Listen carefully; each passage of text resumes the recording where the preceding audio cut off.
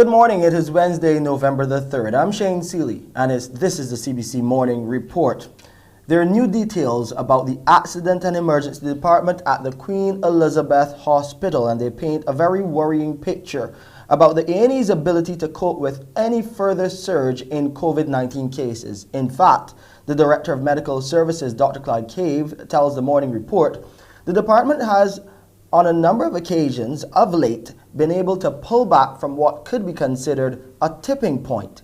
He explains that resources, both human and medical, are being stretched thin even further as more and more patients coming to A&E are being diagnosed COVID-19 positive.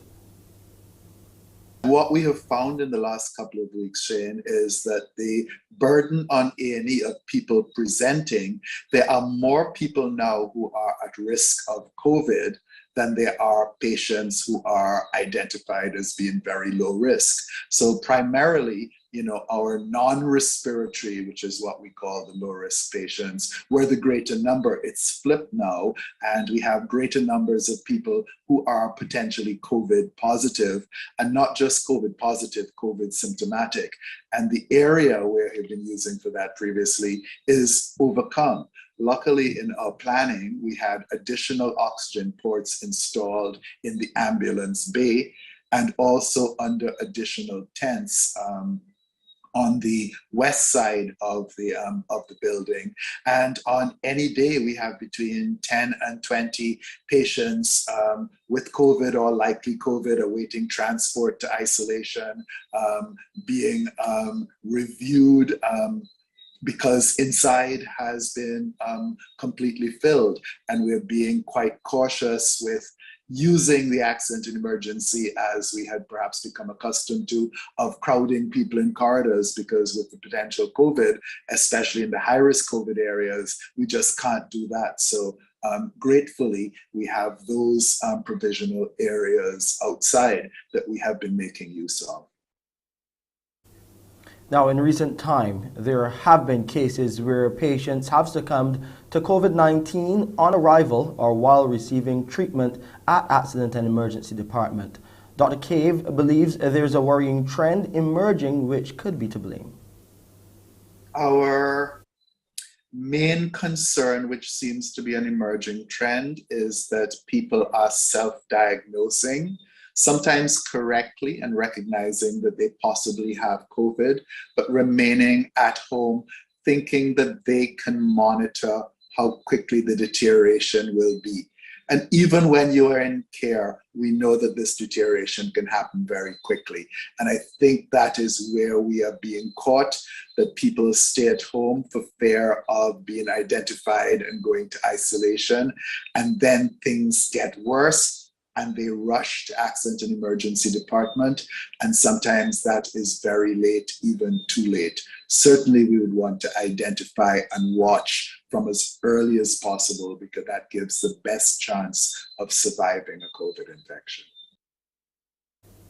As a result, the QEH director is giving this advice to those who may have a sense of fear coming to the hospital or of being placed in isolation.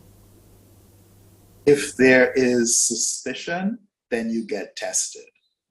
If there is any kind of suspicion of being unwell, first you call the QEH help desk, which is 536-4800, and they can advise. Depending on the circumstances, you may be able to be reviewed at one of the polyclinics or your private doctor.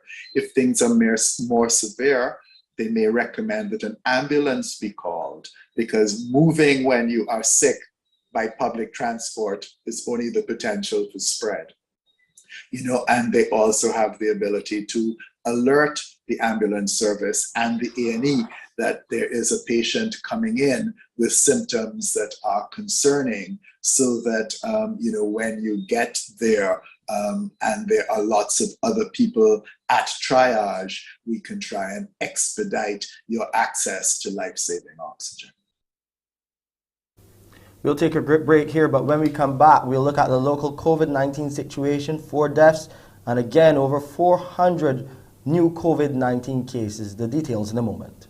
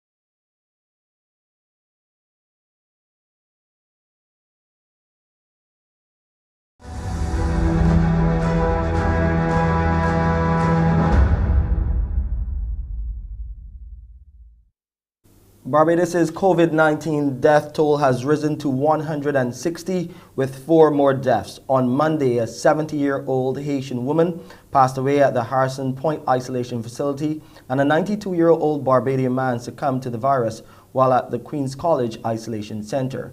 They were both unvaccinated. Additionally, 2 Barbadians, an 88-year-old vaccinated woman and a 94-year-old unvaccinated man, died yesterday at the Harrison's Point and Blackman Gollop isolation facilities, respectively.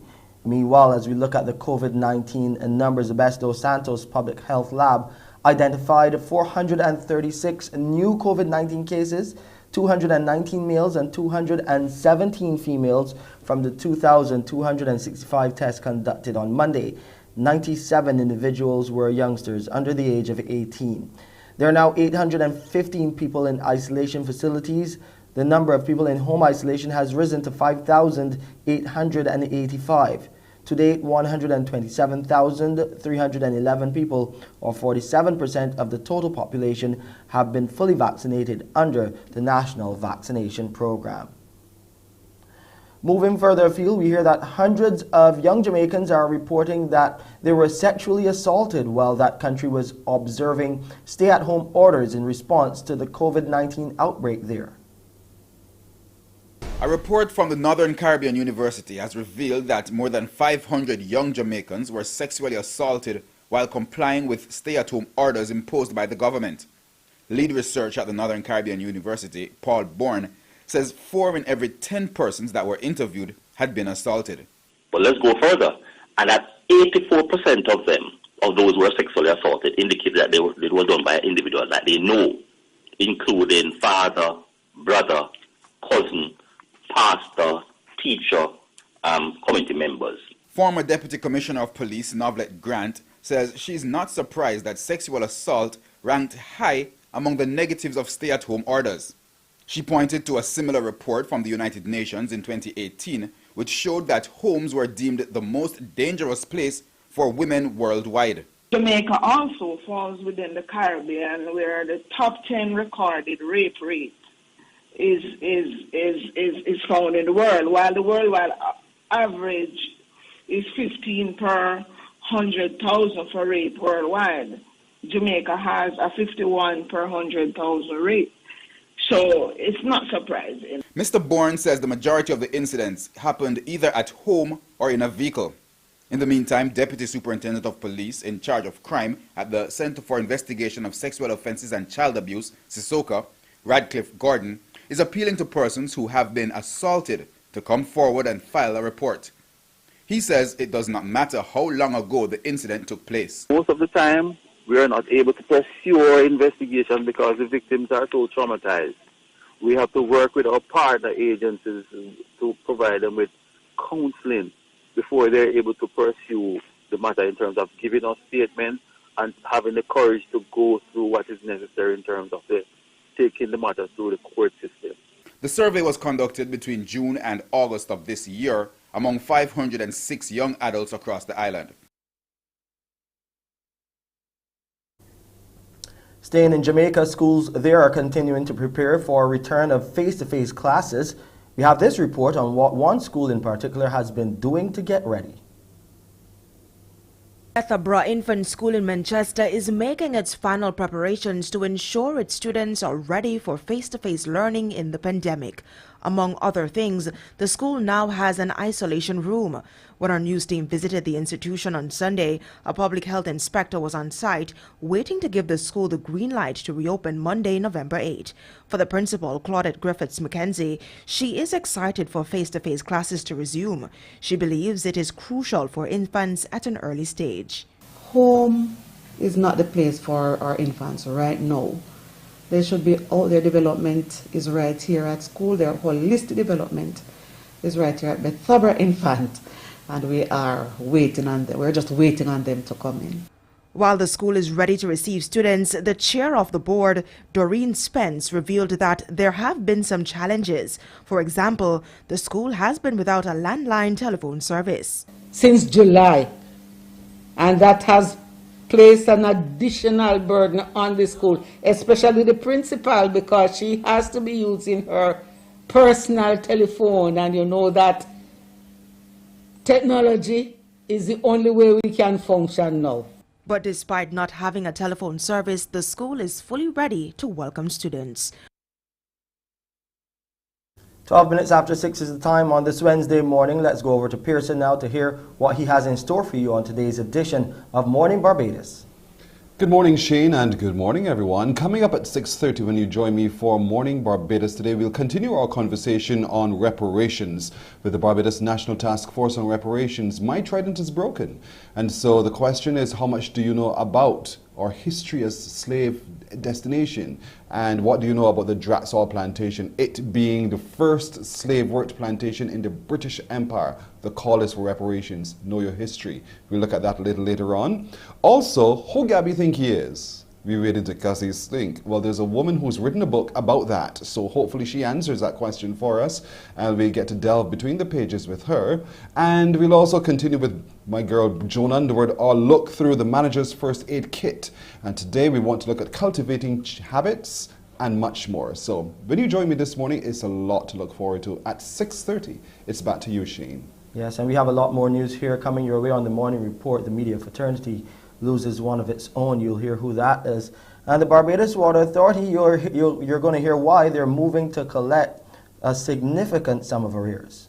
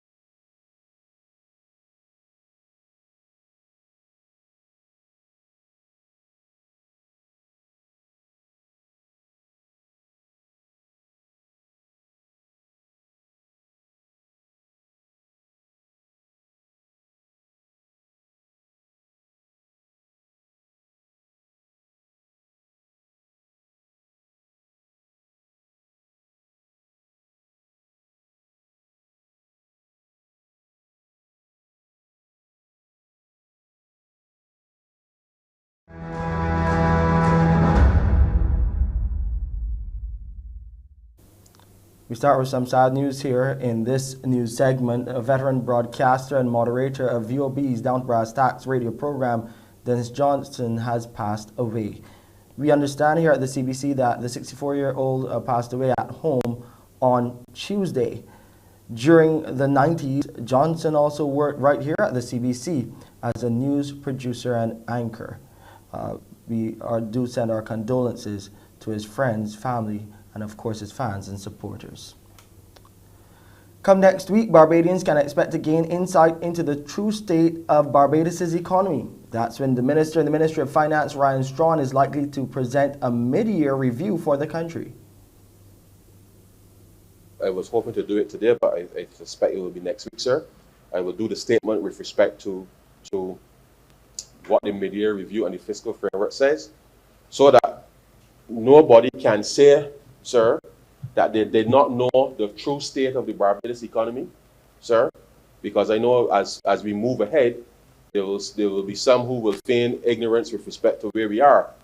And I say from this place, sir, through you, to all members, all those interested in entering this place at any point in the future, sir, to avail themselves, sir, of the fiscal framework as well as the mid-year review, and we will continue to be open and transparent with everybody in this country, sir, with respect to the management of the public finances.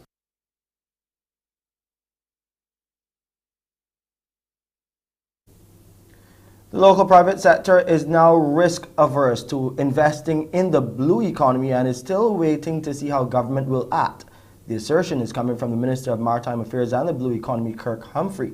He was speaking at the United Nations Decade of Ocean Science for Sustainable Development event held under the theme "The Science We Need for the Ocean We Want." Minister Humphrey believes the Caribbean is not seeing the funding necessary to protect the reefs and the communities which depend on them. The private sector is much more risk-taking and the public sector is a lot more risk-averse. But I believe what we're seeing in the blue economy is the reverse, that the private sector has become extremely risk-averse and the public sector now must be the one taking the risk. The private sector wants more certainty and they surely want more guarantees in this blue economy space. And that is why I think this conversation here is so important and these kinds of conversations, so that perhaps we can begin to offer some clarity, if not certainty, to the private sector and to the insurers and to the bankers and all those who have an interest in this blue economy space but are looking for clarity. And I do hope we can offer that level of clarity if it is possible to be able to do so. Minister Humphrey said, "We are looking to the ocean as a place of hope as we seek to feed more people. However, if the ocean could speak, it would ask questions about how we treat it."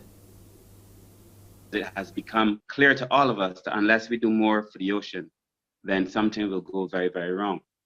So most of us in the Caribbean, and certainly in Barbados, we've outlined our pillars very clearly in relation to what areas of interest we think we can maximize in the blue economy space. We've done so in Barbados. We focus on the traditional areas. Some of us are looking at new areas, whether it be in aquaculture, whether it be in biotechnology. There's a debate as to whether it should be in deep sea mining. The Barbados Water Authority is moving to ramp up its debt collection as customers now owe the utility a whopping $100 million. And it appears that many people are refusing to settle their outstanding bills. But cutting off the service for those who have racked up substantial arrears will not be the first option, according to the BWA's Recoveries Manager, Kim Innes. She tells Water Wednesdays, which will air tonight in the CBC News Night, that customers will have the opportunity to have a conversation with the authority to help those who are struggling to pay during the COVID-19 pandemic for whatever reason.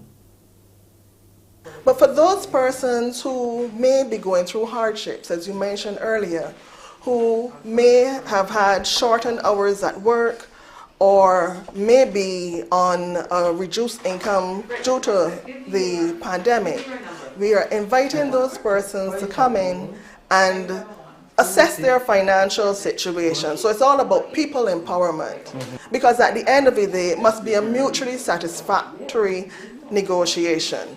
The customer must be able to assess what they're able to afford to pay on a weekly or bi-weekly or monthly basis, and the Barbados Water Authority has to be satisfied that the payment terms are reasonable within the general framework of our risk assessment.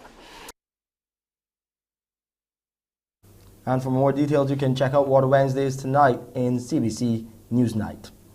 A proper impound facility for the police department is on the cards. Money is being provided through the over $3 million being made available to the Office of the Attorney General. Attorney General Dale Marshall says the current location of the old Glenderry prison yard has proven to be a challenge. Unfortunately, the site is not protected, and unfortunately, the site is not secure. And there are individuals whose cars have been held in there, and when they go back to look at them during the course of a criminal trial, all that's left is a shell. Engine gone, wheels gone, bonnet gone, windscreen gone. If the government had to compensate the individuals for the loss, we would be looking at vast amounts of money. It is in the Zone 1, and there are environmental concerns in relation to oils and other things that will leak from vehicles. And then, of course, perhaps the most important thing is that it is now seen as a heritage tourism site, and therefore it has been taken over by the BTII. More than 100 countries promised to halt and reverse forest loss and land degradation by the end of 2030. The joint statement issued at the COP26 climate talks in Glasgow is backed by the leaders of the countries, including Brazil, Russia, Indonesia, and the Democratic Republic of Congo, which collectively account for 85% of the world's forests. This is one of the main causes of the climate crisis. Humans have for centuries razed the world's forests, which naturally protect the planet by absorbing carbon dioxide. But an agreement at COP26, if the words are matched by action, could be a breakthrough. More than 100 nations have pledged to reverse deforestation by 2030. Forests have the potential to reduce carbon globally by more than one-third. So we need to approach this issue with the same seriousness of purpose as decarbonizing our economies. Florestas são importantes para mim. Another leader, the president of Brazil, the country with half the planet's tropical forests, Jair Bolsonaro, also supported the initiative in a video statement, even though activists say the destruction has soared during his term. In addition to the announcement on forests, another important development, a new initiative to cut methane levels, again signed by over 100 countries by the year 2030. Methane doesn't stay in the atmosphere as long as carbon dioxide, but it's 80 times more potent in warming the Earth. Despite some positive developments, there are still worries about a lack of ambition from those gathered here. Frankly speaking, there is no dignity to a slow and painful death. You might as well bomb our islands instead of making us suffer only to witness our slow and fateful demise. Leaders of the G20, we are drowning, and our only hope is the life ring you are holding. That theme of the Western nations not doing enough was again reflected when representatives from more than 20 African countries called for more support for the continent. The UN Secretary-General Antonio Guterres has warned that divisions between the developed and developing world could completely derail this vital summit. Ethiopia's cabinet has declared a nationwide state of emergency effective immediately, and authorities there in Addis Ababa have told citizens to prepare to defend the capital as fighters from the northern region of Tigray threatened to march towards the city. A new frontier in Ethiopia's war. Rebels in Tigray say they are advancing further south towards the capital Addis Ababa. The federal government has declared a nationwide state of emergency. Prime Minister Abiy Ahmed has asked all Ethiopians to mobilize and fight back against the rebels. There are many challenges, but I can tell you with certainty, without a doubt, we will score a comprehensive victory. In just a few days, the rebels from the northern Tigray state say they have seized the towns of Desay and Kombolcha, which are in the neighboring Amhara state. The two are on a major highway leading to the capital. The federal government has disputed those claims. We have to make sure that our children are not dying from hunger and starvation. We have to make sure that there is access to medicine, access to food by our people. So we'll do what it takes to make sure that the siege is broken. If going to Addis, marching to Addis is what it takes to break the siege, we will.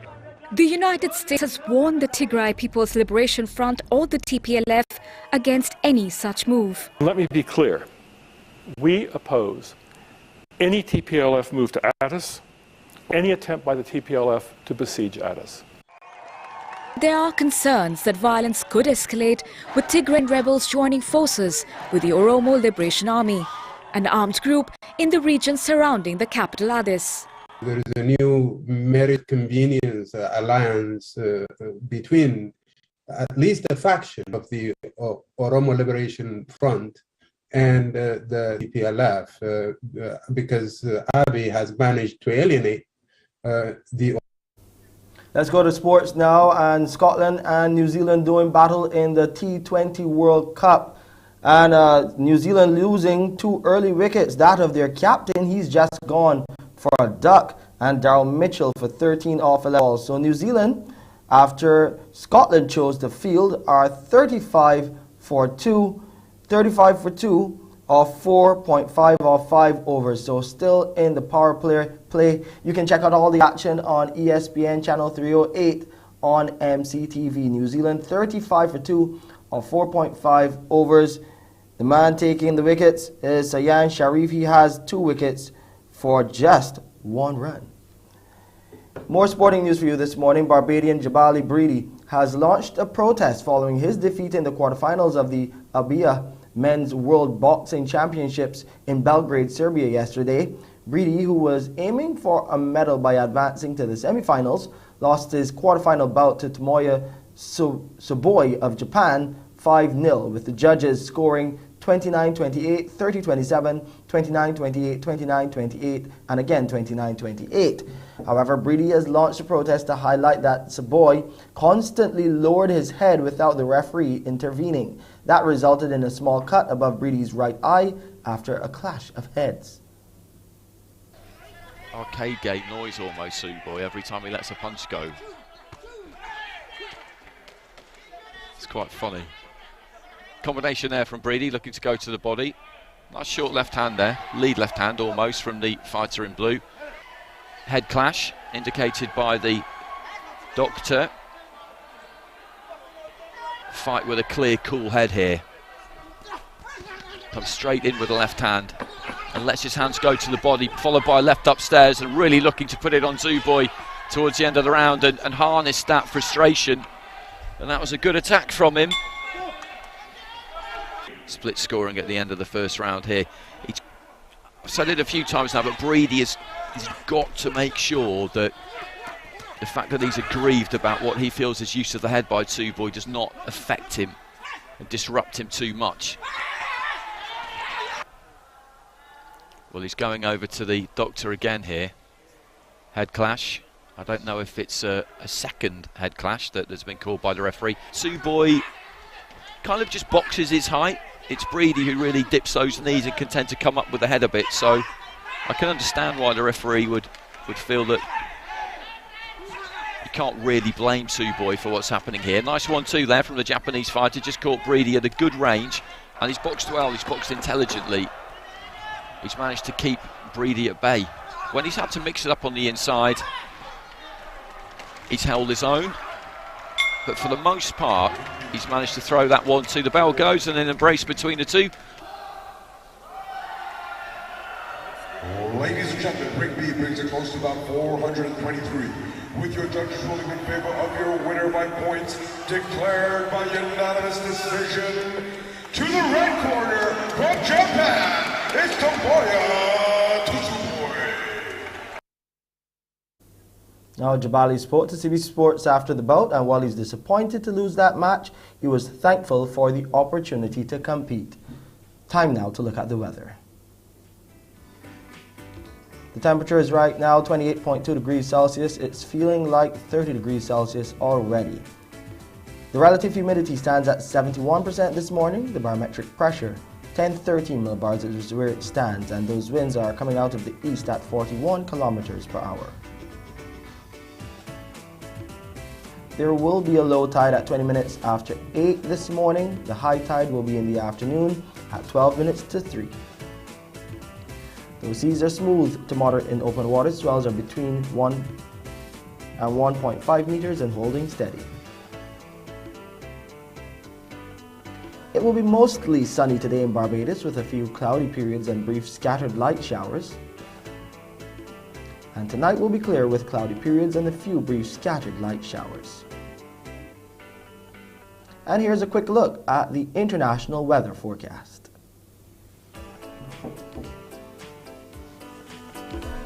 That's it for this edition of the CBC Morning Report. I'm Shane Seeley. Morning Barbados starts now. Wake up, wake up, wake up, wake up. Barbados, get up. Good morning. Good morning, Barbados. Good morning. Good morning to you. Good morning. Morning, morning, morning. Good morning to you. Good morning. Morning, Barbados. Good morning. Good morning to you. Good morning. Morning, Barbados.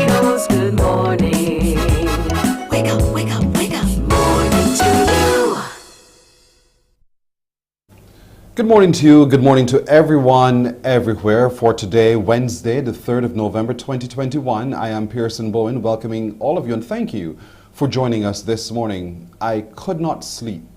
I hardly slept, having had the news that friend and colleague Dennis Johnson had passed. It took me by surprise. It took my wind out of my sails. Honestly, I got up and I have not gone back down. That face is a face I will never forget. The smiling face of Dennis Johnson, with who I worked when I started my broadcasting career, then Radio Fusion, then on to Starcom Network, and later here at the CBC. He always said I followed in his footsteps because he too left the Starcom Network to come to CBC, but he returned. I'm still here. We've always met at occasions, large occasions, whether it be crop over, large government events, and each time he would always embrace me and be very warm and kind. I recall when I had my own personal illness and I came out of hospital, he was one of those who reached out to me and always said, you know, brother, keep smiling, keep going forward. Everything will be okay. And so that smile will forever be etched in my memory. I'm sure it will be etched in yours as well. So to Dennis Johnson today, we say sleep well, and may Jehovah, when he remembers all, remembers you. And you are part of this paradise on earth when life transitions. Thank you so much, Dennis. Thank you. This morning, we want to take a look at our manager's first aid kit. As you know, I'm looking forward to that exchange with Joan Underwood today. We're looking at cultivating those habits that we need to cultivate. And we'll also be hearing a little bit more about a mission that's on in Barbados to effect difference to women's lives. Our urologist will also be joining us this morning to share with us some very interesting news. But let's get started in our conversations on reparations. And so this morning to join us is a special envoy on reparations and economic enfranchisement, Trevor Prescott, Member of Parliament. Good morning to you, Mr. Prescott. Good morning to you, Pearson. It's a conversation which makes a few people uncomfortable, but it's a conversation which is absolutely critical under the rubric of my trident is broken. And that's a call to all of us to awaken ourselves and our consciousness to recognize we're no longer tied to our past. Our trident has been broken. And I know when you had your conversations with Wendy while I was away, you began to look at Drax Hall Plantation and the role it played in who we are. I'd like to continue there if you don't mind. Yeah, well, thanks very much. I'm glad to know that the subject matter is of great interest, at least to you there on Mornin Barbados and to other people across Barbados. But I'm fully aware of the obstacles and the critics sometimes who try to reduce this discussion on reparations and Mr. Drax to in a very simplistic way. There's abundance of evidence that we have a just cause to make a call for reparations and to go beyond asking for repentance or saying that I'm sorry. This is a case of human rights. It is sound and justifiable. And Mr. Drax is only one of the examples that we are looking at. Mr. Drax has accumulated substantial as a consequence of being the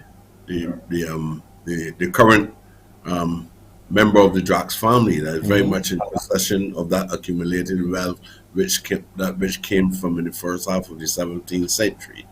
He's still very much the owner of the Drax Hall plantation, so that is a reality. And while people might argue that the persons who perpetuated that sinister form of governance called slavery, some people argue that they're dead. The reality is the accumulated wealth is still continuing to grow as a consequence of those who have acquired the wealth as a result of such inhumane conduct during the period of the 17th century right through to 2021. And so how do we break? And a lot of Barbadians also hold that particular view. That's the past, you know, they're dead, they're no longer around. Why is the generation of today being held accountable for it? So how do we break and shackle that way of thinking so that we all join in the cause for reparation? Well, reparation was on the agenda from day one, immediately after slavery, immediately after emancipation of slavery. During the period of slavery, we never at any time indicated that we were willing to be enslaved. So we always used to resist the pressures of slavery. humane conduct of the people who executed the slave policies. Um, the Where we are at present is that we're just continuing that advocacy and that campaign. And you've seen through history many other persons recognizing that they were human beings, and that in some cases they were treated less than human beings, which is a moderate way of handling oppression. We were taken to the extreme of being dehumanized. And so ideological rationalizations was applied to justify that we were not human.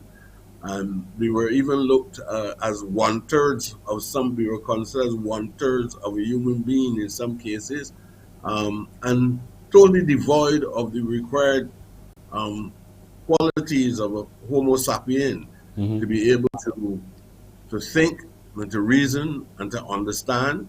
We were just seen as muscle to be used in cane fields of Barbados, the Caribbean, and North America, and South America as well. Time has a way of shifting our perception of things, however, whether we choose to forget it or we choose to be emboldened by it. And we are at the stage now in our national development where we're requiring people to step up and join the cause. And so My Broken Trident is part of that initiative that opens our eyes to what has happened to us. And I know when I read a little bit about the background to the Drax plantation, I hear the voice of Sir Hilary Beckles often saying, you know, today I drive through Drax Hall, land and its environs. I feel a sense, he says, of a massive killing field with unmarked cemeteries, sugar and black death went hand in glove. And then we also read a voice of Mr. Drax himself, who's a current sitting MP in the UK, who says he's keenly aware of slave trade in the West Indies and the role that his distant ancestors have played, but it's deeply regrettable that he can no longer be responsible for what happened in the past. How do we now begin to place all of that into clear context so we see the way forward, and what are we asking for? Mr. Richard Drax, he sees it as a family matter. Yes. His accumulated of wealth through crime is perceived by him as a family matter. And he said to the people of Dorset that he has no intentions of discussing family matters in public. Well, this is also a family matter for us as well. And the fact that he's very much in possession of one of the first sugar plantations. He's a sugar baron. We know some of there's documentation all over. And we know some of the things that the family did, the manner in which they treated slaves. We know that on that plantation, the manure, the fertilizer that formed the soil, the richness of the soil at Draxall, that fertilizer is the blood of the African people. We know the bones of the African people is in that soil. Those people were not even treated to a proper burial, and I think that is what Professor Beckles is implying. They never had a proper burial. He is now the owner in Dorset of the largest estate in Dorset. He owns over 150 properties between Yorkshire and Dorset. He has a massive estate with the walls made of red brick. I'm not sure if those bricks were shipped from the Caribbean, Jamaica, or Barbados. And he has reached the highest office in the land. His family, rather, were sugar planters and abused African people in order to extract free labor from them. And that free labor constituted a major part of the profits that he made, because if you had a business and you didn't have to pay for labor, believe me, you could not fail. Yes. You would have to be totally insane or devoid of a head. Mr. Drax's family accumulated wealth to the extent that they were able to send their families across universities, move up to be the richest man in Dorset, not in Dorset alone. He's the richest man in Dorset, but he is also the richest man in the House of Commons. Yes. That is important. And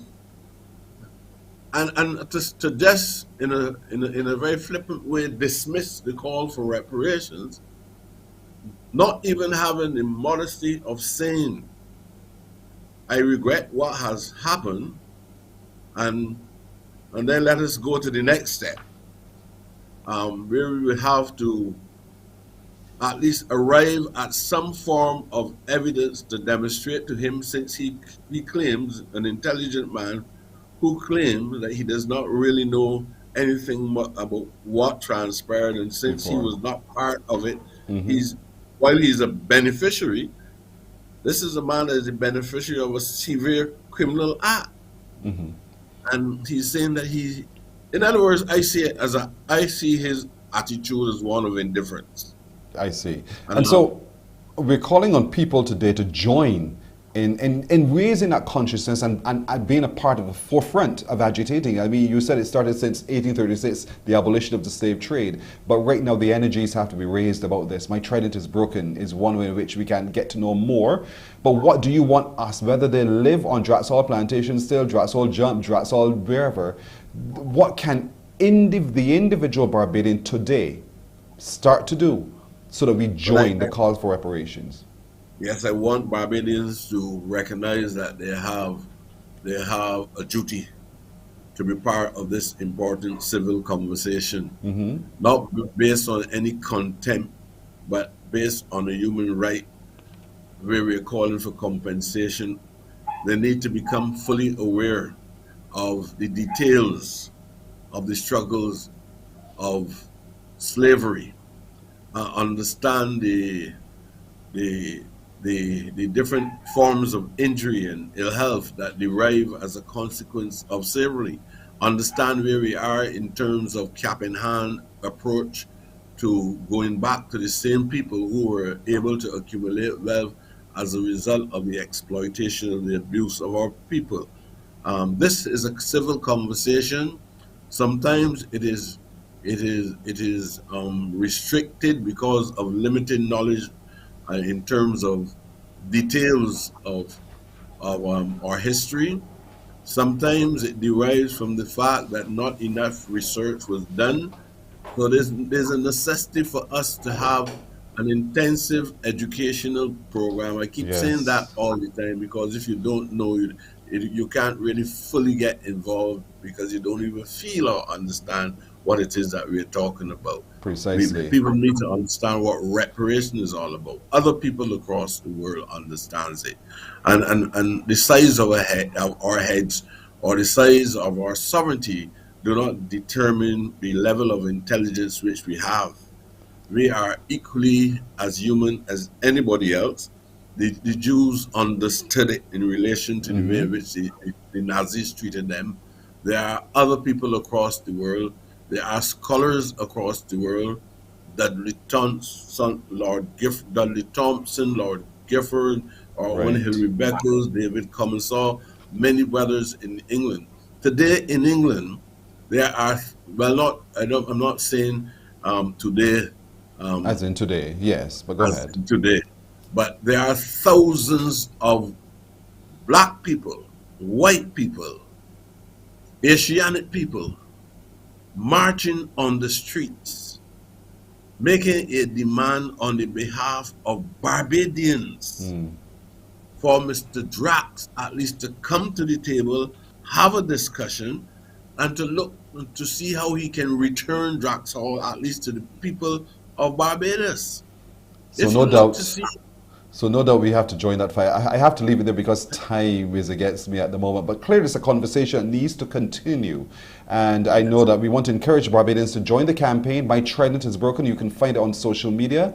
Be aware, be sensitized about it. It builds your energy. And in building your energy, you join your voice with those across the world who are also joining voices to say, this has to stop. You need to re-enfranchise us economically as well. Thank you so much, Member of Parliament Trevor Prescott, who is the Special Envoy in Reparations and Economic Enfranchisement, for joining us this morning. Thank you, sir. Thank you very much as well. You're very welcome. Morning Barbados continues right after this. Morning, morning, morning. Good morning. Good morning to you.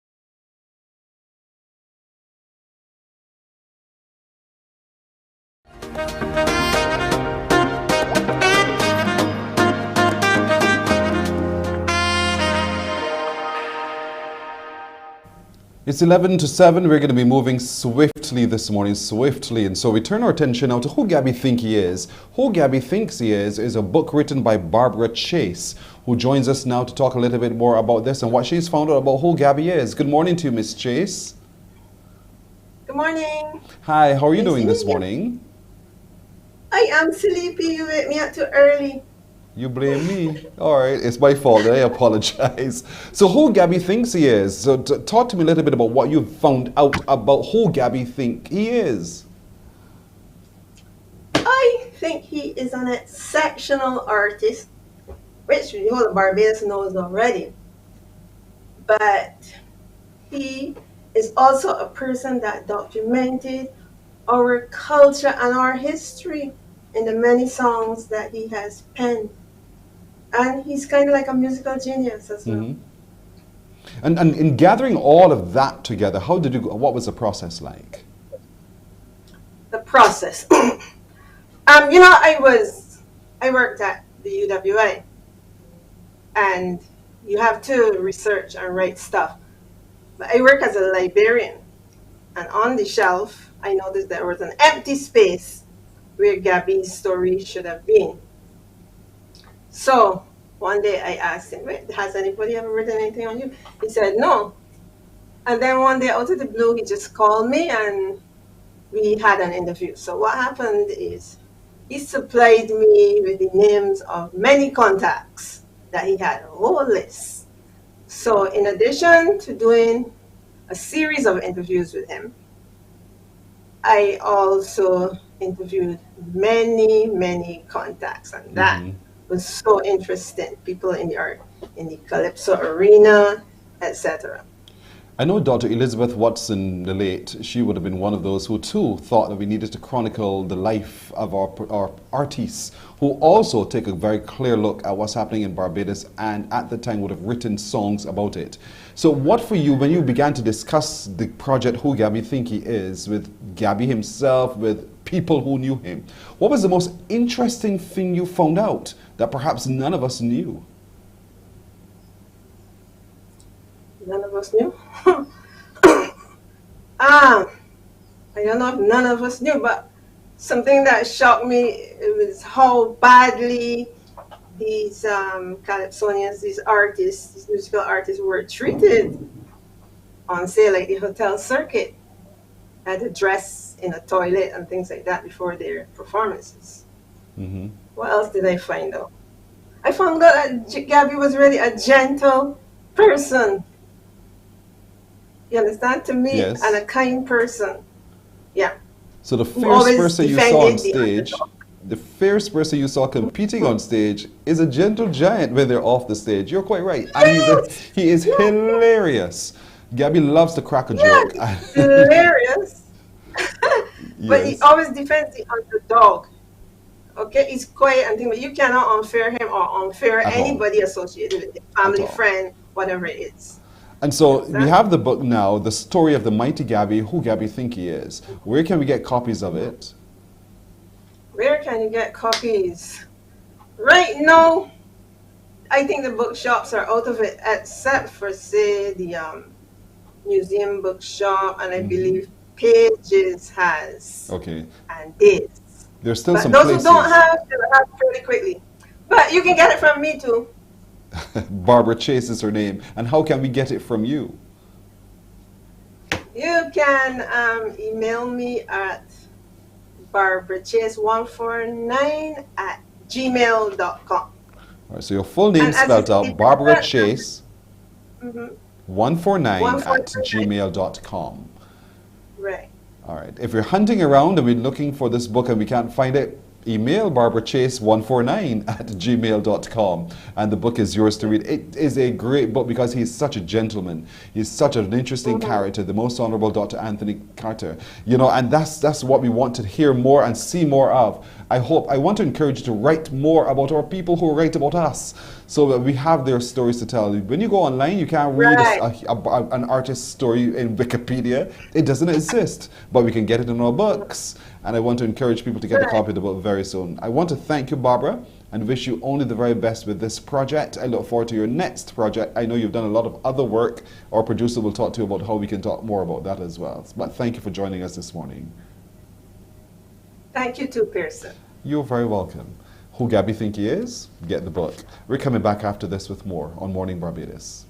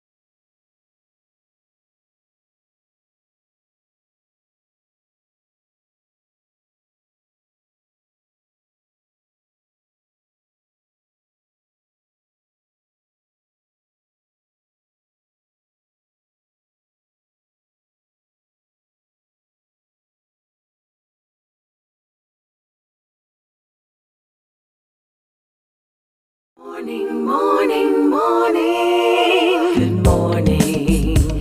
Good morning to you.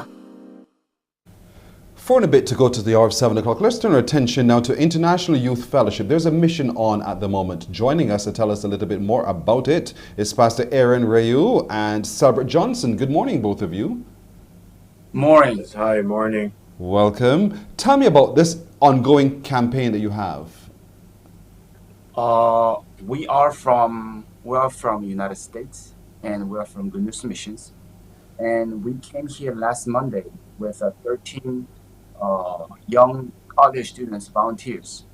And they are here to volunteer working, which is especially as evangelize work, to preaching the gospel and help people to in this city street by street. Yes, there are many restricted about of COVID-19 restrictions, but we are following that restrictions to according to following the restrictions and working with spread gospel, reach out to people right now. So break it down for me a little bit, Selbert, because you're here to spread the gospel. We have churches. Some of us have got churches that do that already. So what are you doing among our young people to make a difference in what you're trying to achieve? These young people, they're volunteers. After they heard the gospel, Christ, entered into their heart. They wanted to give themselves. They wanted to serve. They wanted to do something special. And our leader, Pastor Oxu Park, he has been injecting the hope and strength to overcome all kinds of challenges and difficulties, making the hearts of these youth strong. So wherever we go, people, they're surprised because these college students, they're taking a year off to volunteer, to meet other people, to learn other cultures, to understand other people, and to share their youth and their hearts with them. Right. So, International Youth Fellowship, it is impacting the other youth and families, as a matter of fact, through these youth. They themselves are a tremendous testimony. Right. So they're answering the call to go spread the gospel across the globe. And so that's part of the mission here. You're going to be having a series of Bible seminars, I'm told, some witnessing trips as well. And you're also meeting with some of our Christian leaders. What is the plan? How long will you be here to complete all of this? We'll be here until actually the day after tomorrow. We'll leave to America. We'll be back to America. And most of the students from Korea. And as Pastor Selbert said, they take off their 1 year, their school, and they come to America and different islands in the Caribbean. And they visit there and then meeting people. And we do with the Christian, we gather with the Christian leaders. So it's called the Christian Leaders Fellowship. And we have this movement because these main church are separate by denominations and doctrines. So we wanted to gather and be united with the all of the church together, working for the gospel to build the kingdom of God. So we established this because we have this movement, Christian Leaders Fellowship.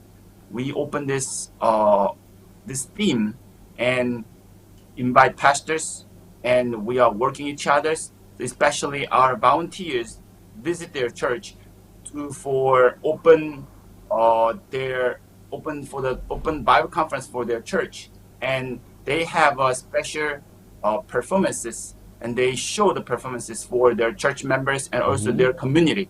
So make people come to church in the local church in Barbados to activate a revival in the church. How many people are on the team on the island at the moment? Currently, there are 13 of us. 13. That's an interesting number, 13 of you. But you're moving. Are you doing house to house, church to church? How are you going about this? We are doing house to house, church to church, on the streets, in the markets. We are meeting people individually, one by one, sharing the gospel together. And what we feel is because of the pandemic, so many people, they feel oppressed or depressed or, captured by the whole atmosphere. But as we meet with them, have conversations, open the Bible, share about God, then so many persons, their hearts are reviving. And we saw even people shedding tears, because they're so happy to have someone visit them. What you're doing is not just for young people, is it? You're also engaging with whatever age, in whatever space. Am I right? That is correct. That's correct. This is great. We need this for the family, the entire family. And very quickly, Selbert, start with you. What's the call on your life that made you choose to undertake your mission in this way? And then I'll ask you, Pastor Aaron. No, personally, I wasn't really a church person. I didn't like church. I had no intention whatsoever.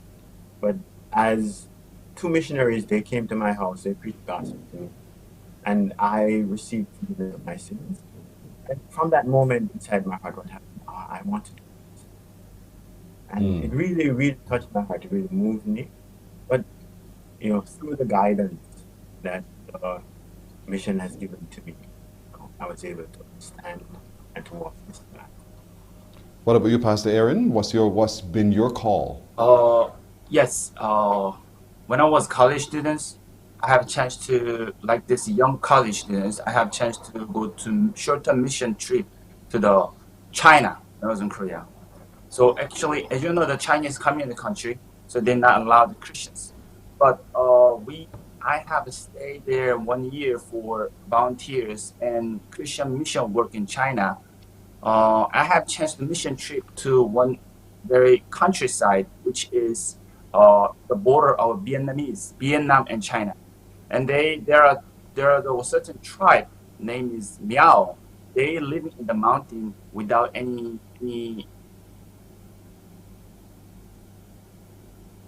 Oh dear. Well, it looks as if that told us that we've come to the end. Unfortunately, that's that they've stuck in our connection there. But we want to thank the gentlemen, and we want to wish them only the very best with their mission here in Barbados. We encourage you to be responsive and open to when they come and they interact with you. We're just about 3 minutes after 7 o'clock. Let's get an update on the news now as we turn our attention now to Shane Seeley. Shane. Yes, Pearson, here's your 7 a.m. headline news, and emerging details paint a very worrying picture at the QEH for the Accident and Emergency Department's ability to cope with any further surges in COVID-19 here in Barbados. In fact, the Director of Medical Services, Dr. Clyde Cave, tells the Morning Report the department on a number of occasions of late has been able to pull back from what could be considered a tipping point. He explains that resources, both human and medical, are being stretched thin as more and more patients seeking medical attention at A&E are being diagnosed COVID-19 positive.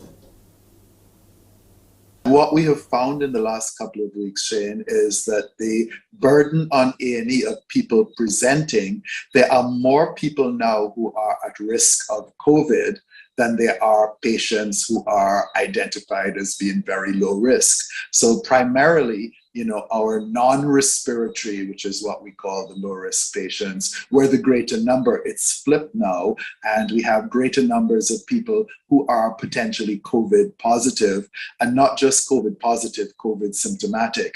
And the area where we've been using for that previously is overcome. Luckily, in our planning, we had additional oxygen ports installed in the ambulance bay and also under additional tents on the west side of the building. And on any day, we have between 10 and 20 patients with COVID or likely COVID awaiting transport to isolation, being reviewed because inside has been completely filled. And we're being quite cautious with using the accident and emergency as we had perhaps become accustomed to, of crowding people in corridors, because with the potential COVID, especially in the high-risk COVID areas, we just can't do that. So gratefully, we have those provisional areas outside that we have been making use of. Now, in recent times, there have been cases where patients have succumbed to COVID-19 on arrival or while receiving treatment at A&E. Dr. Cave believes there's a worrying trend emerging, which is to blame. Our main concern, which seems to be an emerging trend, is that people are self-diagnosing, sometimes correctly and recognizing that they possibly have COVID, but remaining at home thinking that they can monitor how quickly the deterioration will be. And even when you are in care, we know that this deterioration can happen very quickly. And I think that is where we are being caught, that people stay at home for fear of being identified and going to isolation. And then things get worse. and they rush to accident and emergency department, and sometimes that is very late, even too late. Certainly we would want to identify and watch from as early as possible, because that gives the best chance of surviving a COVID infection. Barbados' COVID-19 death toll has risen to 160, with 4 more deaths. On Monday, a 70-year-old Haitian woman passed away at the Harrison Point Isolation Facility, and a 92-year-old Barbadian man succumbed to the virus while at Queen's College Isolation Center. They were both unvaccinated. Additionally, 2 Barbadians, an 88-year-old vaccinated woman and a 94-year-old unvaccinated man, died yesterday at Harrison Point and Blackman Gollop Isolation Facilities, respectively. Meanwhile, the Best Dos Santos Public Health Lab identified 436 new COVID-19 cases, 219 males and 217 females from the 2,265 tests conducted on Monday. 97 individuals were under the age of 18. There are now 815 people in isolation facilities, and the number of people in home isolation has risen to 5,885. The Barbados Water Authority is moving to ramp up its debt collection, as customers now owe the utility close to $100 million, and it appears that many people are refusing to settle their outstanding bills. But cutting off your service for those who have racked up substantial arrears will not be a first option, according to the BWA Recoveries Manager, Kim Innes. She tells Water Wednesdays that the customers will have the opportunity to have a conversation with the authority to help those who are struggling to pay during the COVID-19 pandemic for whatever reason.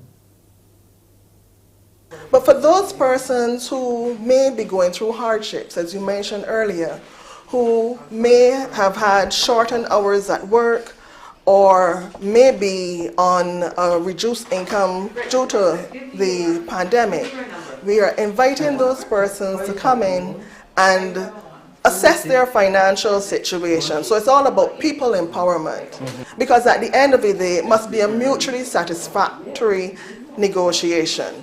The customer must be able to assess what they're able to afford to pay on a weekly or bi-weekly or monthly basis, and the Barbados Water Authority has to be satisfied that the payment terms are reasonable within the general framework of our risk assessment.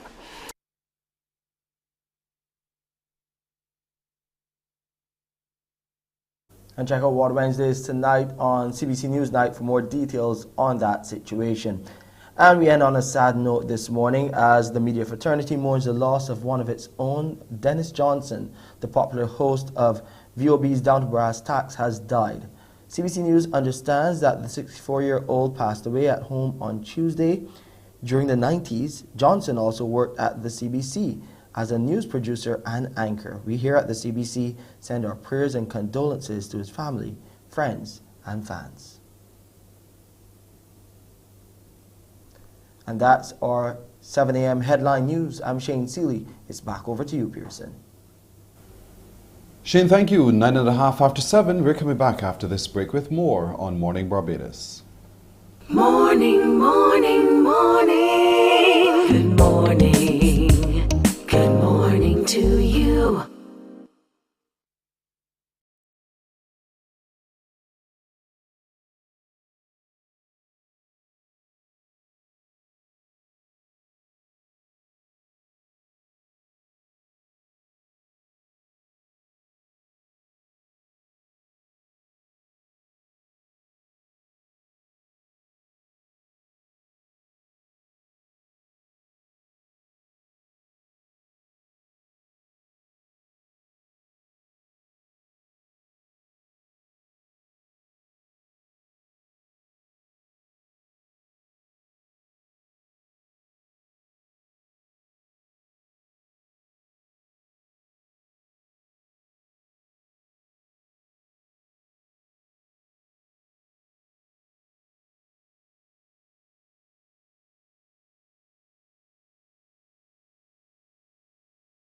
Morning, morning. Good morning.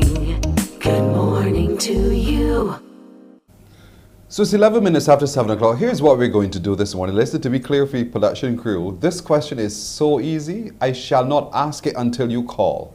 So call me now on 228-5562. I promise it's an easy question. Or 228-5563. Let me talk. So you call, then I'll ask the question. It is simple. Simon made the pieman. Call me now. 228-5562 or 63. Let's see who's on the phone. Good morning to you. Hello. Good morning, Pearson. How are you? Don't be so far away. I'm all right, but how are you doing? Not bad. Oh, good to hear you. And up the hill for me again? Yeah. You've been a good boy while I was away? If I did what? Were you a good boy while I was away? Yeah, he was a good boy, but I missed you because you gave me luck, so now you come back probably. Bless your heart. If you were not a good boy, let me tell you, I have a belt, buddy. I have a belt I will bring for you. No. I was always a good boy. I never got too much lashes when I was Not too many. Well, maybe this stage of your life you might get some more from me. So listen, were you around the time of Barbados independence? Were you on the island? Were you alive? Were you born? Yeah. Yeah, for true? Yeah, actually, I'm going to be 65 the end of December. Oh, well, congratulations. What date in December? The 8th. The 8th? Yeah. Oh, so you're still in Sagittarius. You're not really a Capricorn. Man, you miss out on the best part of the astrology here. I'm a Capricorn. So you barely missed out. What's that you saying? December is the best month of the year. If you insist. I'm not going to argue with you. If you insist. So, if you're going to be 60 bit when you're coming up shortly, then you probably were around for independence. So, do you recall what happened at the garrison? Do you recall at all? You mean when we got Yeah, on Independence, the first Independence Day. Do you recall at the garrison? Were you there, or did you hear it, or anything? I didn't dare, but I think that was a while now. But I think you're talking about that was when the rainfall so bad, or? You asking me? I wasn't there. I'm asking you because you were there. I'm a little boy compared to everybody else. Badly. What's that? I think the rain fell badly. Yeah, the story is told of lots of torrential rain on that day. There was so waterlogged, but the process continued. So tell me something. Do you know when Barbados became independent? What was the date? What year? Yeah, the 30th of November 1966. You sure? Yeah. You sure? Sure. Because I'm looking at something in front of me. You sure? 30th of November 1966. I can ask you one more time to give you a second chance to check yourself. You sure? I really want you to win. Are you sure? Yeah, 30th of November 1966. I really can't get past you there. You're absolutely right. The 30th of November 1966. I thought that's what tell you I know come down for you don't know. All right. Well, listen. Congratulations. Yeah, thanks, so that I get to know you. What's your first name? Gregory Miller. You give me all, boy. Gregory Miller. And I'm the guy that always do the poetry and thing on the radio and thing, you know. Those good old days. Greg, thanks a lot, my friend. You stay right there on the phone. Yeah, we're going to take some more information from you. He's from right there in Map Hill. Gregory Miller, congratulations. He's absolutely right when he says Barbados became independent in the year 1966. Good guy. And it's always good to know that good people get good things from Crumbs Bakery. All right, we have another question. Should it be God's will for you tomorrow? We'll take a break right here and we're coming back with more on Morning Barbados. Morning, morning, morning. Good morning. Good morning to you.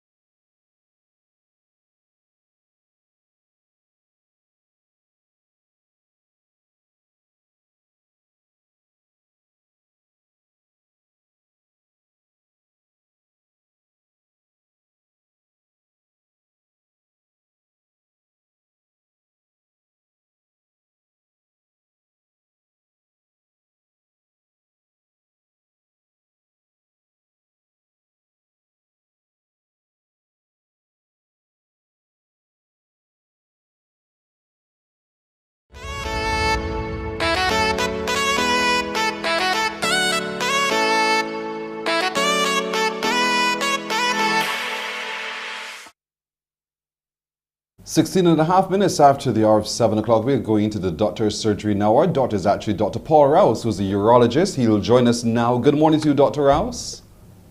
Good morning. Thank you for having me again. You are very welcome. Today we're looking at something called the management of benign prostatic hyperplasia. Did I pronounce that last word right? Hyperplasia, last word. Good, so we'll be on the same page. Looking at the flow, basically, and because it's prostatic, it's going to affect men. So let's talk a little bit about what that is, benign prostatic hyperplasia, and how does it impact men and men's ability to pass water? Thanks. Yes, we've discussed this before on Good Morning Barbados, but because it's such a common topic, and more recently some men have been inquiring about some of the more newer or more novel treatments, I thought I'll represent this topic again. So we're really talking about benign prostatic hyperplasia, or what we call BPH, and its effects, namely that it causes what we call lower urinary tract symptoms, or what you used to hear before called prostatism. And next slide, please. To just look at it again, the prostate is just a little gland that sits below the bladder, but it surrounds the water passage. And in my clinic, I always tell men, it's just like how my fist is around the pen. Okay, there you are. That's how your prostate sits around your water passage. And the importance of the prostate gland is that it produces semen. Despite what we think as men and women, most of that fluid when we ejaculate comes from the prostate gland, and there's some small glands there at the back of the bladder called the seminal vesicles. And that's the importance of the prostate. So that's why you were here, Pearson. That's why I'm here, because our fathers had a prostate gland along with seminal vesicles. All the testes do is produce the sperm. As we get older, though, unfortunately, prostate gland becomes larger, and it can obstruct the flow of your water.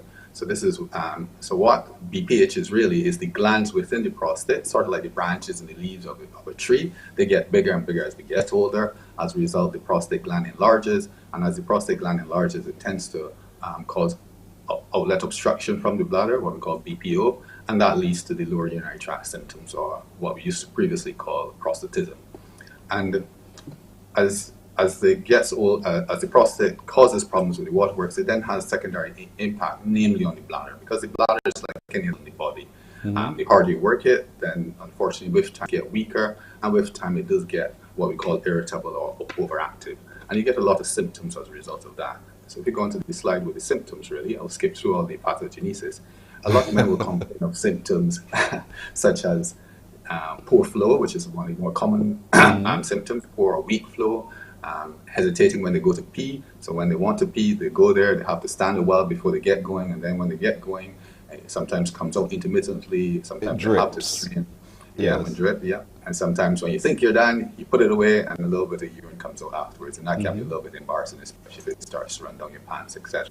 But one of the other more disturbing symptoms, which is something that I always have to look out, manage properly, is that getting up at night. We call that nocturia, but it basically happens because really and truly you don't empty your bladder fully, and as a result you walk around with a partially filled bladder all the time, and therefore you don't have as great capacity in the bladder, and at night then you tend to pass urine. But that's not the only cause of nocturia, but we'll discuss that in another session. So once the symptoms become problematic, or what we call when men become bothered about the symptoms, usually then they will seek first a lot of agents, and rightly so, that's quite reasonable, to go and look at your herbs and look at certain things that you can buy over the counter, which I'll get onto later in the presentation. But then when that fails, or some patients go directly to the GPs, and I think that should be your first port of call. Yes, it's good to see a urologist when indicated, but most GPs can manage BPH, lower urinary tract symptoms. It's then when the symptoms become what we call refractory to treatment, so when the medicines don't work or patients are very, very bothered by their symptoms, that's when I want to see them. I'm a urologist, and there are other urologists on the island that will be happy to see you, because we really want, we love cutting people. No man wants to live with this. But here it is, and it's a consequence of aging, isn't it? Yes, you're very right. So it's something that all of us men will face at some point in time? Unfortunately, all men do get BPH, so the glands within the gland do become enlarged. Fortunately, though, only about 50% of us will get enlargement of the prostate because of that. And then, unfortunately, roughly we say another 50% of those men will have then seek medical and or surgical treatment. So roughly in about 1 in 4 men will wind up either on medicines and or having surgery for the management of their waterworks issues. Given so that half this- the population is men, that's quite a lot of men. Yeah. This surgical intervention you're talking about, this medical intervention, is it to allow a freer flow and so put our minds yeah. to rest? And, because one of the first things that we think about is, if I have a lot of fluid in me, then I have this problem. If I have less fluid in me, I should not have this problem. Is that a fair assessment? Yeah, no, you're quite correct. A lot of men, because of the problems with waterworks, especially if they have to go, especially away from home, then stop drinking, which then can lead to other problems, especially like stone disease, because they're afraid. They don't want to be running to public bathrooms. They don't want to be caught short, because sometimes it can be very urgent to pee, and then if you can't get to the bathroom in time, sometimes they can wet themselves, and obviously that can be quite embarrassing. So some men actually know every single bathroom between their home and their business, or their home or wherever they're going. And they just map out their route, and that's when it can be really bad. And really and truly, that's where really you should get some treatment for that. But there are some simple medications. It doesn't mean that you always need to have surgery. But there are quite a lot of medications available now. You have your alpha blockers, you have your 5-alpha reductase inhibitors, and now you have combination therapies as well that are quite effective at reducing your symptoms and also reducing the likelihood of you needing to have surgery. So surgery isn't the first port of call, is usually medical therapy, and then when medicines don't work, then we can then consider surgery for your symptoms. The alpha blockers, most men will know the common brand names around are things like Flomax and Truvera, and then you also have your combination therapies, which would be your dutasteride, your Duodart, and your Truvera Max, which is available. Those are one of the more common ones that I see or I prescribe in clinic. So with medicines, and sorry, I probably didn't get to that slide, but I also like to, if you can go onto the slide with the phytotherapies, that's really what the herbs are. They're all what we call sterols, and they reduce inflammation inside the prostate, which is often associated with BPH, and they're quite effective. Things like your saw palmetto, your Parisian, your stinging nettle, pumpkin seed oil, these can be very effective for mild to moderate symptoms. I'm afraid it won't treat the very severe symptoms, but it is very effective in treating the mild to moderate symptoms. And also inside there's your lycopenes, which is in your tomatoes and your melon, that red pigment in fruits, that's your lycopenes.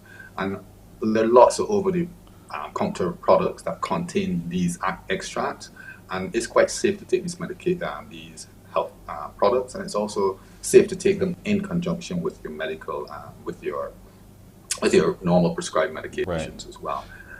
However, do put a note there though, I would prefer that you get those things from a reputable source. The reason being is, unfortunately, because they're food supplements, they do not follow the strict, stringent regulations that drugs are subject to.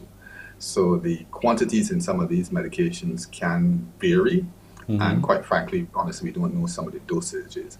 But there are some well-trusted products that have been out there on the market for a long time, and you can easily have a chat with your pharmacist about this. And I think they're generally relatively safe to take. Well, then there's hope within moderation. So important indeed. But there's hope, fellas. There's hope. There's hope. There's hope. It doesn't have to cost you an arm and a leg, and it doesn't have to be painful as well. So the critical thing is to check your general practitioner, and if you need to be referred to the urologist, then you follow through on that recommendation so that you do find a freer flow, and that you can stem any other kind of disease that could happen in the lower parts of your body earlier, so that you live a healthier and a longer life. Dr. Paul Rouse, again, thanks. Time is against us, but it was great as always sitting in your patient's chair. Thank you very much. Thank you as always. I look forward to interacting with you again really soon, sir. Okay. All right. All the best. Thanks very much. Good morning, Barbados. Morning indeed.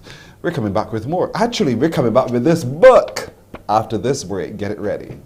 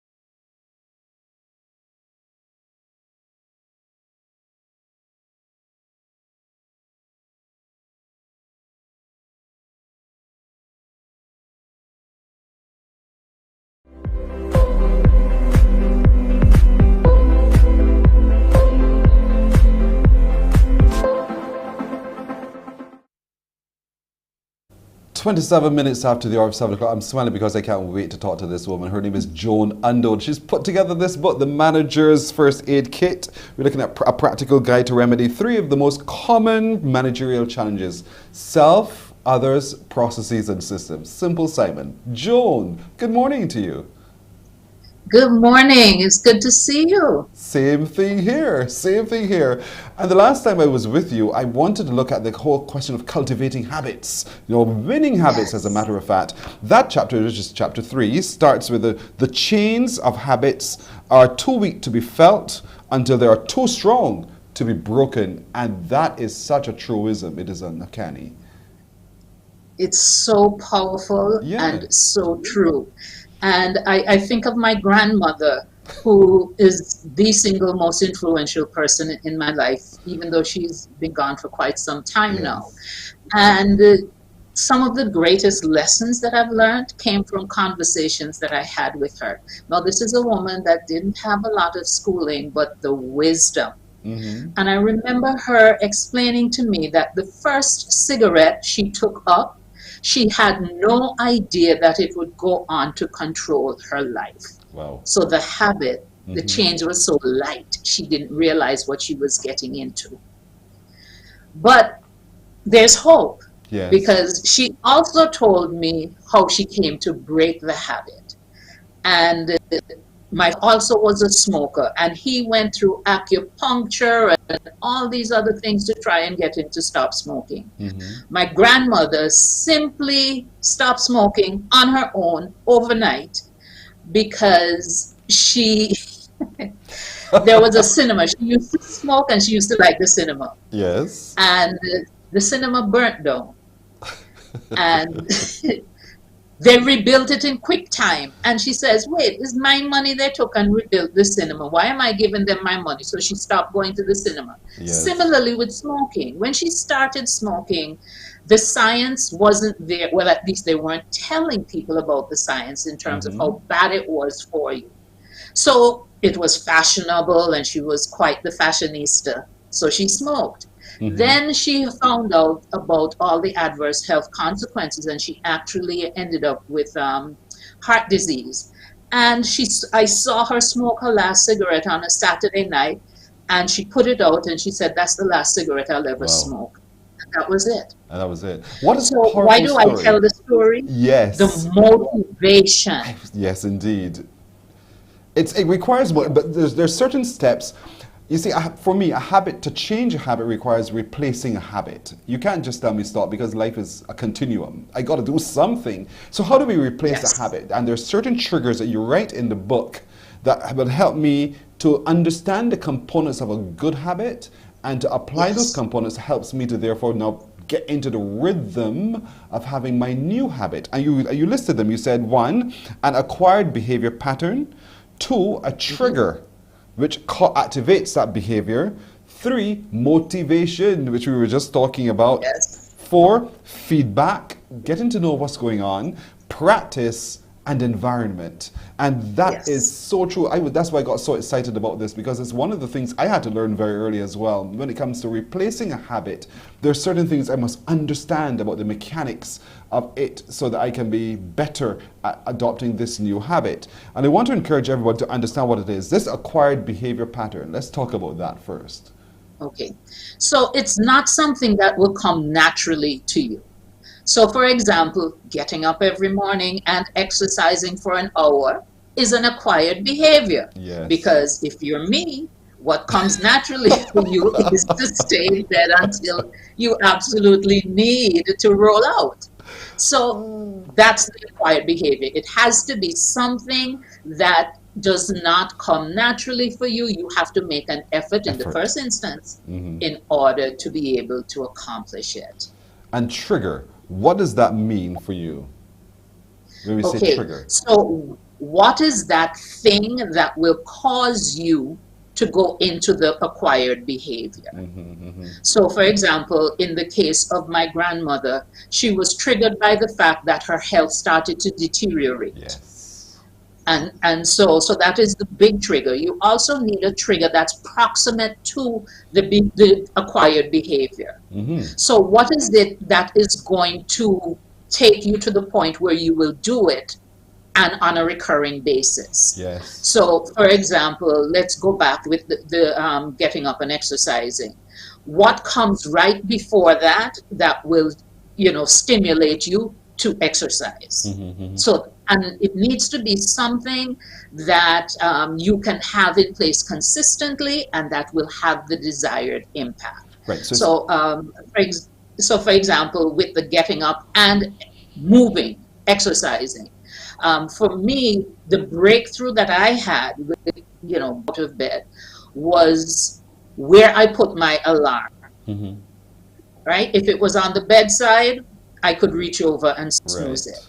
If it was across the room and my husband is lying next to me asleep and he has no intention, no reason, no desire to be up at 5 o'clock, I better get moving and turn that thing off before it wakes him up.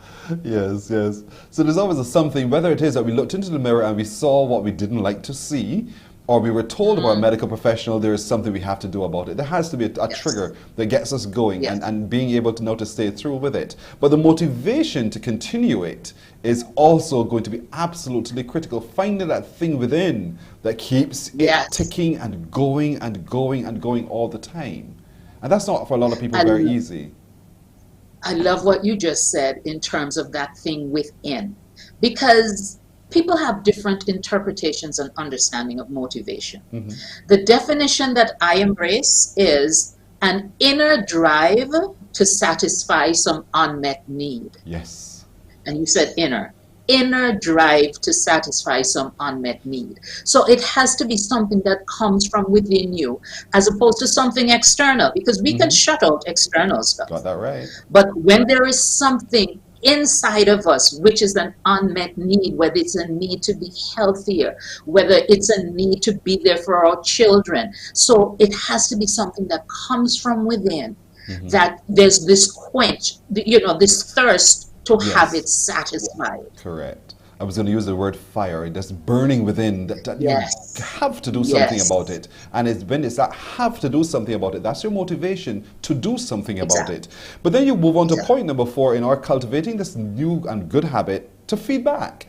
Now, feedback could be received or, again, internal and external for me here, where it's someone who says you did and this is what I saw, or me myself stop in having a self-actualization. I begin to assess myself as well. Is that the way you see it as well? Absolutely, absolutely. So for example, if we go with the health and fitness again, when you see that, the last time I went to the doctor, my blood pressure was within normal range. That hasn't happened in forever. I'm able to go up the stairs without huffing and puffing. So you get that feedback that says you're doing something right. Here's a reward. Or it can be negative in terms of I'm not getting what I want to get, therefore I know I need to be better at this. So the feedback loop is absolutely essential, because human beings, we thrive on getting that feedback. Because imagine if you were doing everything right and no one ever gave you that feedback. You never got a compliment. There was never any positive outcome associated with it. Unless you have very high intrinsic, again, coming from within motivation, you could drop off on the behavior. So the feedback loop is really, really important. And the thing is, sometimes you can go between feedback and motivation, because you hit a block. Wait for a second, you would knock off your bills, and you're told, okay, no, Pearson, you were not quite doing this right. Accept the feedback, rebuild from within, and go again. Find that fire to keep going. I like that. I like that. So it can go between the two.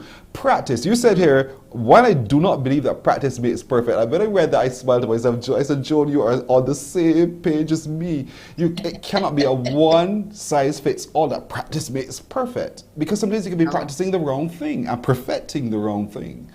Exactly. Perfection is an illusion. Yes. Right? So, I mean, I can get up every day and say, oh, you think I'm going to turn into Usain Bolt? No. But I'll get better. Indeed, if I stick with it, I can improve. Indeed so. Right? So practice. And for any change of habit, for any change to take root, the environment must be critical to it as well, to it building and being fostered as well. And this is where managers and supervisors and self also need to take greater attention, pay greater attention, because oftentimes if you want to change, you cannot change if you stay where you are. Yes, yes. And I invite you and our viewers and listeners to think of environment as having three elements. So the first one we'll talk about is place.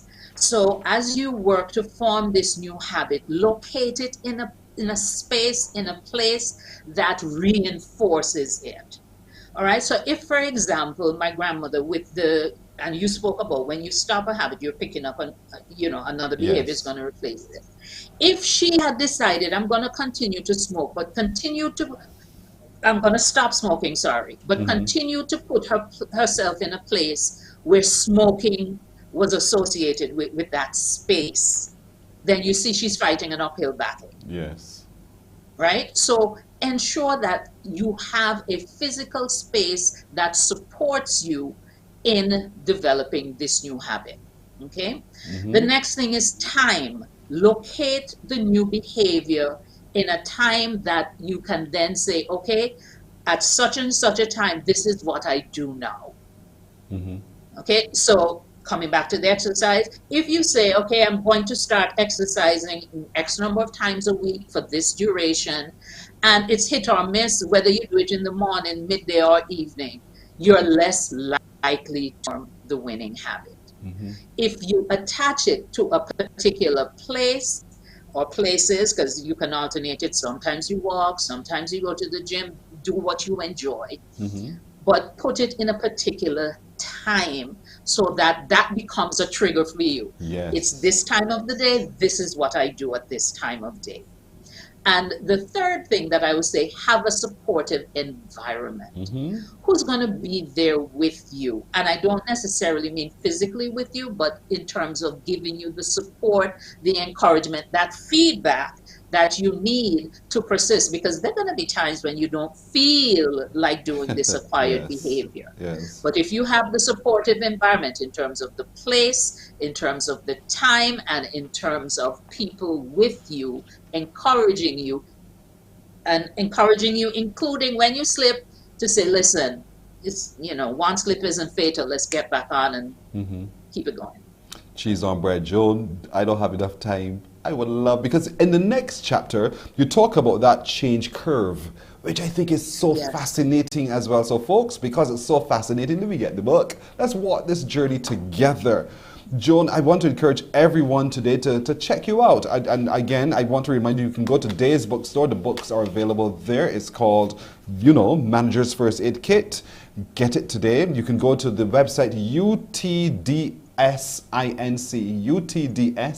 utdsinc.com, and you can get it there. You can go on to Amazon, you can get it there. And as Joan would love to tell me, but I'm here. You can get it from me too. Those are so many different places that you can get this. And I want to encourage families and mothers and parents as well, teachers, all of you, you can all learn from this. Next time we come about, we're going to be talking a little bit about becoming change able and looking at that change curve. If you don't mind, Joan, please. I'm catching Always up. a pleasure. Always a pleasure. Always a pleasure. Thank you so very much for joining me again this morning. Joan Underwood. Bye-bye. Bye-bye. We're coming back with more after this.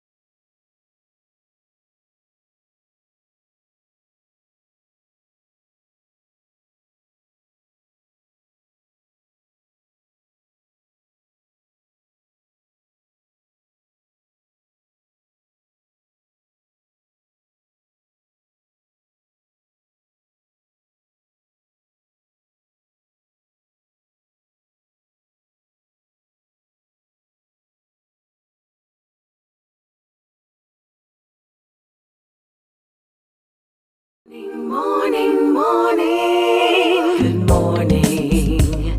Good morning to you. You know the song says, I sing because I'm happy. I smile because I'm happy about this. Look at what just came to me here. Remember this? He's a man to his word. Russell Manning, as he promised, crafted this one for us on air, Morning Barbados TV on the 15th of October when he was with us.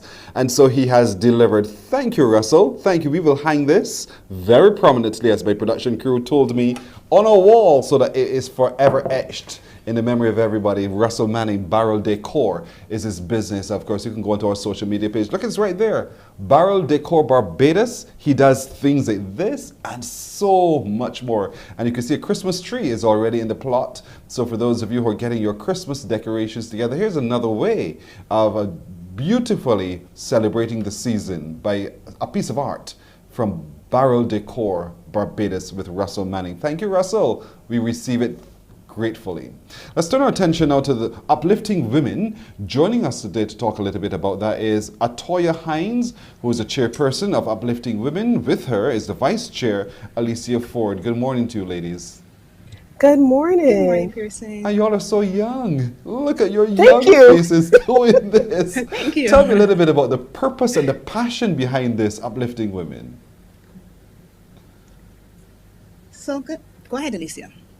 Okay, so Uplifting Women is an initiative that Atoya and I would have orchestrated. We both would have, she would have just completed her master's and I'm also in my final semester this time going on. And we both go to church together. We've been friends for a long time and we are very passionate about women and women in society and equality of women. And we decided, you know what, I think it's time to take this project from paper to action. And we decided it is now, especially now with us going into 55 years, all right, of independence, and we decided it is a good time, especially with the rise of COVID and us seeing so many different women within our communities having issues in terms of employment, taking care of their homes. And we know that in the Caribbean and especially in Barbados, most of our women are the heads of their household, their matriarchal households. So we decided, you know what, now is the time to push Uplifting Women. Absolutely. A lot of our leaders are women. Our president-elect is a woman, and Dame Sandra Mason, our prime minister, is a woman. Many of our leaders across organizations are women. My producer is a woman. You know, so here we go. Women. A lot of our management team here at the CBC, women. So women are everywhere, and so we want to continue to uplift them. And so tell me a little bit, Atoya, about what your organization is doing so that you facilitate that progress to becoming and self-actualization for women. Where are you going? Oh, okay. Go ahead. Right here.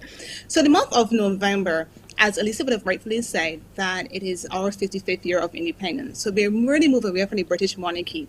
And we are hosting a mentorship program for 55 minutes. We are asking 25 mentors and 30 mentees to sign up and join us for 55 minutes. We will also be having sessions on November the 8th. This is with our speakers, Brenda Roach and Paula Pitt. Our session on November 15th will be with Joan Underwood and Thank you, Joan. Thank you, Joan. And our session on November 22nd will be with Donna Wilkinson Clark. So we are seeking to uplift women in education, entrepreneurship, and leadership.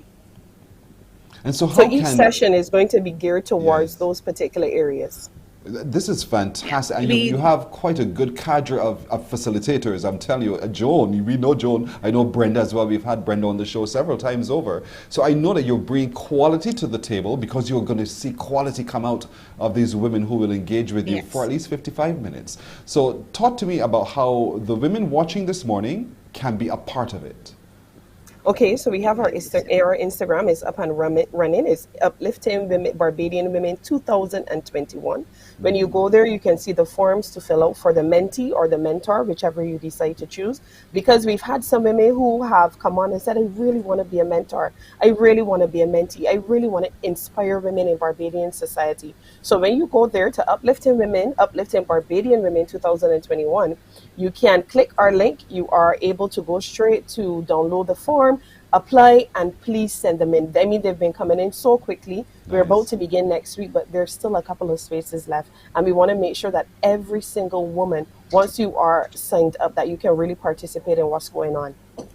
You're doing 55 this year because we're celebrating our 55th anniversary of independence. Next year it'll be 56 and on and on. Is that the thinking behind this? The number? The thinking is we want to definitely grow this program. We want to make sure that for all persons from all walks of life, all economic classes, we want to make sure that we include everyone. So the aim, yes, as we continue to grow, we want to continue to grow our participants as well. So Atoya, you're bringing together women who are going to share and who will learn and feed off of each other as well. Walk me through the practicality of it, because there's COVID and we have restrictions in place. So how are women today going to benefit from this richness that you're offering? The program is virtual.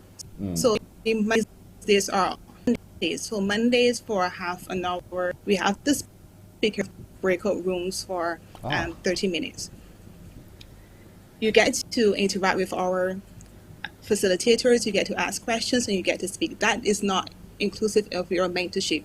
You still have to complete your 55 minutes of mentorship outside of these sessions. Yes. You have And that is question, important as well, because remember, even within these sessions, like you said, we're cultivating relationships. So as you go off and you spend your 55 minutes with your mentor, we want to make sure that these mentors and participants build long-lasting relationships. It might be a case where a mentor might say, okay, Atoya, I see that there's a place here. I think you'll be a great fit. Or the participant in itself, in themselves, might turn around and say, okay, this is my mentor. I can see that she can be a great fit in this particular organization as well. So we really want to encourage that marriage, that partnership, to not only last for the season of this mentorship, but to go on in time. So how are you tracking and your I will results? share with you. Yes, go ahead, Atoya, go ahead. Now, and I'll share with you, Pearson, that we will be blessing 3 mentees with courses at the end of this program. Nice. I don't benefit from it, but I'm already smiling for those who are going to benefit. And those 3 who will receive all of those blessings coming from this program. But how do you track the success of the effort? So what we intend to do, go ahead, Latoya. Go ahead, Alicia. Okay, what we intend to do to track, like I said, we want to stay in contact with our participants and our mentors.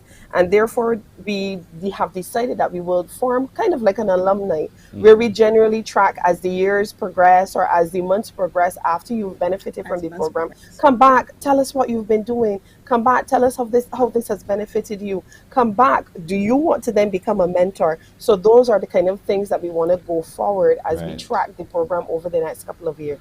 All right, so this week you're doing registration. Share your testimony with us. Yeah, I love that. So this week you're doing registration. Next week, what's your plan for 2022? Already talking about 2022. That's a great opportunity to meet with their coach there. Dress for Success Educational Session with Joan Underwood. It's on the 15th. And then on the 22nd, Uplifting Female Entrepreneurs. So there's a lot. Again, remind people where to go to register. So you can go to our Instagram page, Uplifting Barbadian Women 2021. You can click the link there. It would give you the mentor form and the mentee form. Register now. This is the opportunity of a lifetime. There it is on your screen, ladies and gentlemen. Uplifting Barbadian Women 2021. And when you do, you connect right away and be a part of this women's mentorship initiative by uplifting women. I want to thank you and commend you for the work that you're doing. Atoya Hines and Alicia Ford, thank you so very much for doing all that you're doing for our female folk on the island, and I wish you only success. Thank you. Thank you so much, Pearson. Thank you so much. You're welcome. We're coming back with more on Morning Barbados right after this. Morning, morning, morning. Good morning. Good morning to you.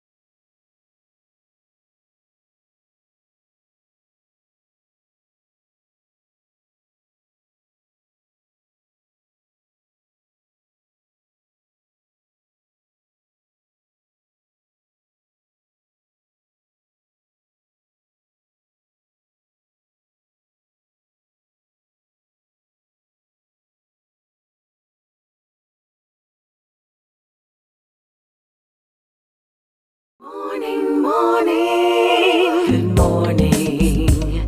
Good morning to you. Well, you saw it just before we came back. For those of you online, we're talking about the CBC Independence Film Festival. We love to see ourselves, but most of all, we love to see ourselves on Bajan TV. Joining us this morning to talk about this year's CBC Independence Film Festival is Joel Ford, who is the program manager for TV8, and Rivelino Simmons, who is the second vice president and festival director of the Barbados Film and Video Association. Good morning, both of you. Hi, good morning, Pearson. Morning. Good morning. Joel, we'll start with you. Bajans love our CBC Independence Film Festival. So let's talk about what's going on this year. Well, I'm really proud of this initiative. This is our 4th year of doing the CBC Independence Film Festival. And every year it just gets better and better. More and more young filmmakers call and ask if they can have their film showcased on the film festival. In terms of real film festivals, it doesn't have anything. There are no prizes, there's no money, there's no red carpet, but it allows them to showcase their work and for other Barbadians to see the work of these excellent filmmakers who are doing work not only here, but in some instances doing work for Netflix and some of the other production companies that come to the island to shoot films. So I'm really proud this year. We've got some great work. And then also the Barbados Film and Video Association reached out and said, hey, we can't do our usual media awards this year. We'd like to partner with CBC for the film festival. So I was over the moon about that. I am sure. So there's a particular time in the month, in the week, that we can all tune in to see, or is it going to be scattered across the 24 hours of a day because we're on air 24 hours a day? No. I am determined that it will be at a particular time so you can set your watch by it. It is every Saturday night from 9 till 11. The movies shown in that 2-hour slot are local films. When I first started this 4 years ago, I was really ambitious. I had Fridays and Saturday nights and then found myself scrambling to fill the slot.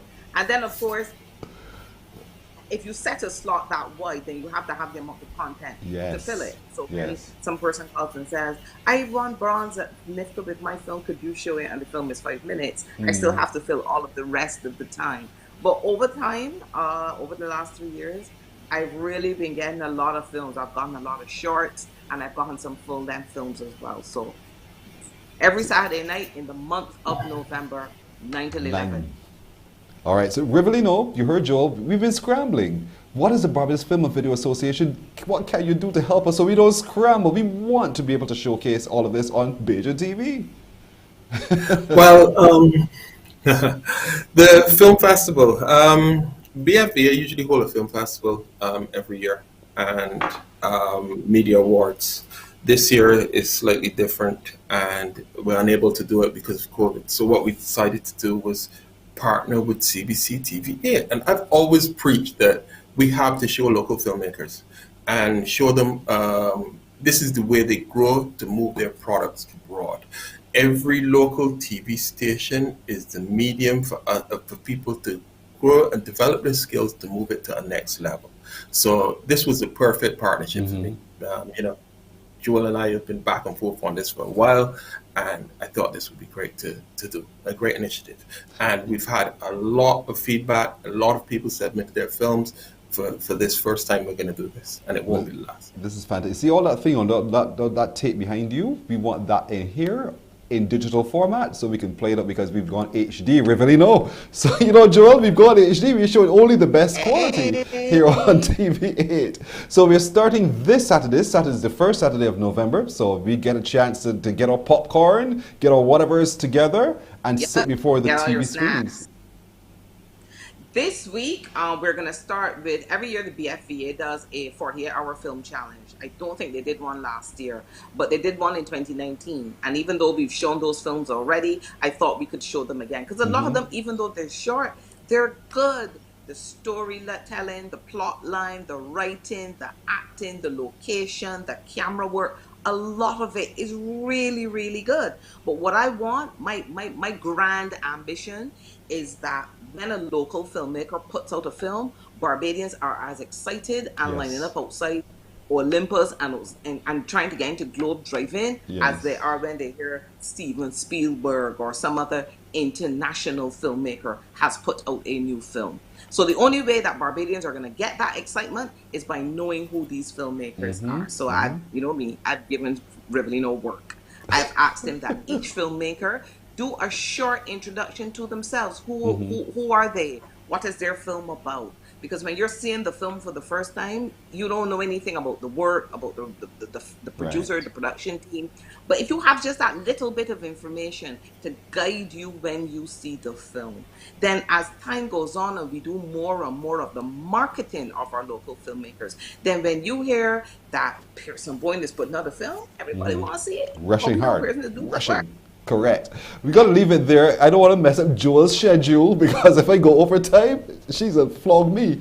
So, Riv, we're going to make an arrangement to talk a little bit more with you about your upcoming activities as well with the Barbados Film and Video Association. But we want to encourage everyone to tune in from this Saturday night at 9 o'clock, right here on TV8. We are presenting once again the CBC Independence Film Festival. It's going to be great. Thank you, Jewel. Thank you, Riv, as well. And we could only wish the very best with this. Happy viewing. Thank you very much, Pearson. I really appreciate it. You're very welcome.